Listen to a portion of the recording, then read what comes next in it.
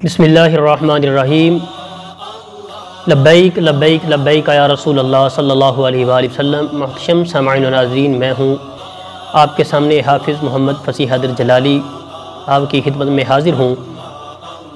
آج ہم اپنا کام شروع کرنے جا رہے ہیں۔ کافی دن سے ہمارا ارادہ تھا کہ رافضیت کے خلاف کام شروع کیا جائے کسی نہ کسی طریقے سے۔ ہم نے ان کی کتابیں منگوائیں اور کتابوں میں سے ہم نے تلاش کیا اور ہمارے مسلک کی دلیل مل گئی۔ روافض آج تک اپنے سٹیجوں پر یہ بات کرتے آئے ہیں کہ حضرت امیر معاویہ رضی اللہ تعالیٰ عنہ اور حضرت مولا علی رضی اللہ تعالیٰ عنہ کے درمیان دو جنگ ہوئی، جنگ صفین۔ یہ کہتے آئے ہیں کہ مولا علی رضی اللہ تعالیٰ عنہ حق پر ہیں اور حضرت امیر معاویہ رضی اللہ تعالیٰ عنہ ان سے خطا ہوئی اور وہ بغض علی کے اندر تھے، جنگ کی سارے معاملات اس طرح کے رافضی بیان کرتے ہیں۔ تو آج ہم یہ رافضیوں کی کتاب ہے میرے سامنے، عرفان معصومین۔ ہم اس سے یہ ثابت کریں گے کہ اس کے اندر رافضی کیا لکھتے ہیں۔ رافضی حضرت امیر معاویہ رضی اللہ تعالی عنہ کے حوالہ سے کیا اپنا موقف بیان کرتے ہیں۔ یہ ان کا بہت بڑا ایک امام ہے، اس نے کتاب لکھی عرفان معصومین۔ سوالات جوابات کی روشنی میں مؤلف لکھنے والا کون ہے ان کا؟ مولانا سید علی مہدی کاظمی، اس نے یہ کتاب لکھی۔ تو میں آپ کے سامنے یہ رافضیوں کی کتاب سے رکھ رہا ہوں۔ کیا لکھتے ہیں؟ صفحہ نمبر 22 کے اوپر سوال کیا گیا، جنگ صفین کن کے درمیان لڑی گئی تھی؟ تو جواب دیا گیا، حضرت امیر معاویہ رضی اللہ تعالیٰ عنہ اور حضرت مولا علی رضی اللہ تعالیٰ عنہ کے درمیان جنگ صفین ہوئی۔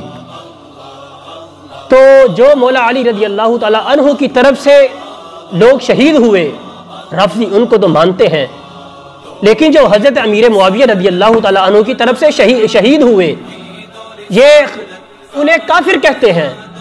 تو میں ان کی کتاب سے یہ اب دلیل دکھا رہا ہوں۔ اگر روافض میں ہمت ہے تو اپنے اس بڑے کو بھی 4 گالیاں نکال کے دکھائیں ذرا کہ اس نے غلط لکھا۔ آگے پھر سوال ہوتا ہے، جنگ صفین میں کتنے لوگ شہید ہوئے؟ کتنے لوگ شہید ہوئے یہ سوال کیا جا رہا ہے۔ رافضیوں کی کتاب ہے، اس کے اندر لکھا ہوا ہے، کہتے ہیں 36,000 لوگ شہید ہوئے۔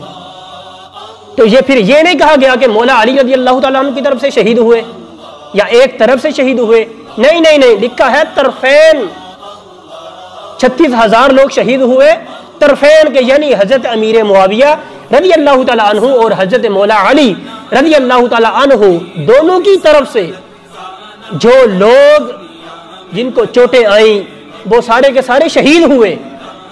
تو میں نے کہا آج کل کے رافضی حضرت امیر معاویہ کی شان میں بکواس کرنے سے پہلے کم از کم اپنے بڑوں کی ہی کتاب پڑھ لیا کریں۔ یہ آپ کے بڑے نے لکھی ہے، ہمارے بڑے نے تو نہیں لکھی۔ ہمارے بڑوں کا تو یہی موقف ہے، وَمَن يَكُونُ يُطْعَنُ فِي مُعَاوِيَةَ فَذَلِكَ كَلْبٌ مِّن كِلَابِ الْحَاوِيَةِ، جو حضرت امیر معاویہ پر طعن کرے وہ جہنم کے کتوں میں سے کتا ہے۔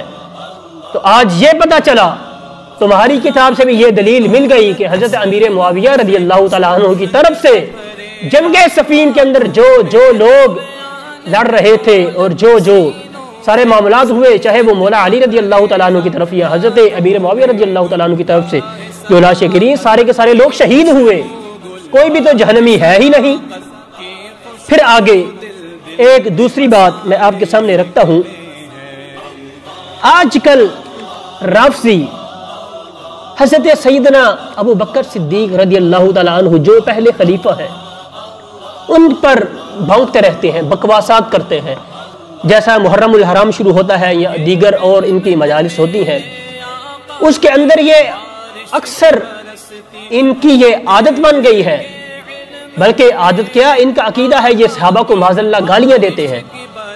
تو میں آپ کے سامنے رکھتا ہوں، اگرچہ یہ دلیل پھر بھی یہ بات جھوٹی ہے، ہمارے مسلک کے خلاف ہے، لیکن پھر بھی ایک سے ایک بات ثابت ہو گیا آج انشاءاللہ۔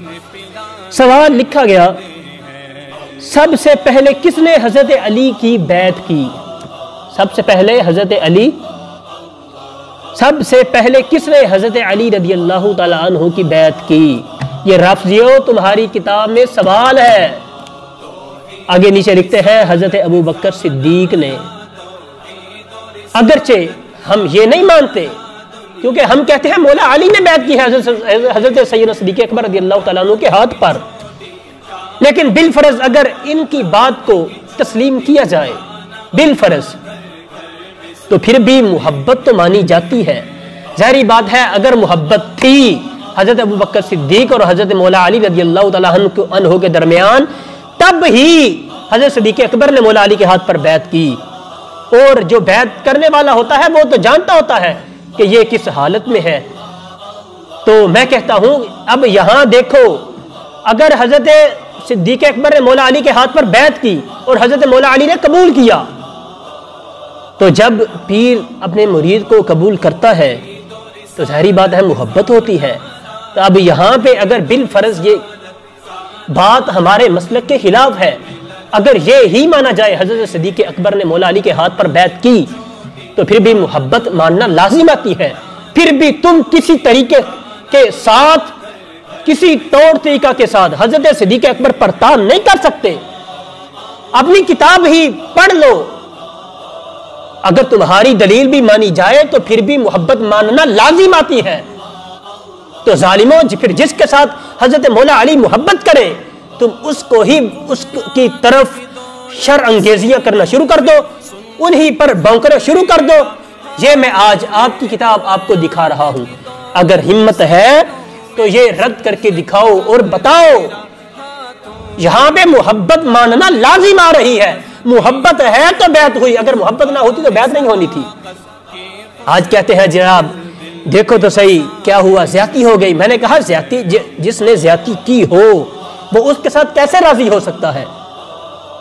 تو میں تمہاری کتاب سے تمہاری طرف دو دلیلیں چھوڑ رہا ہوں، اور تم نے یہ جواب دینا ہے۔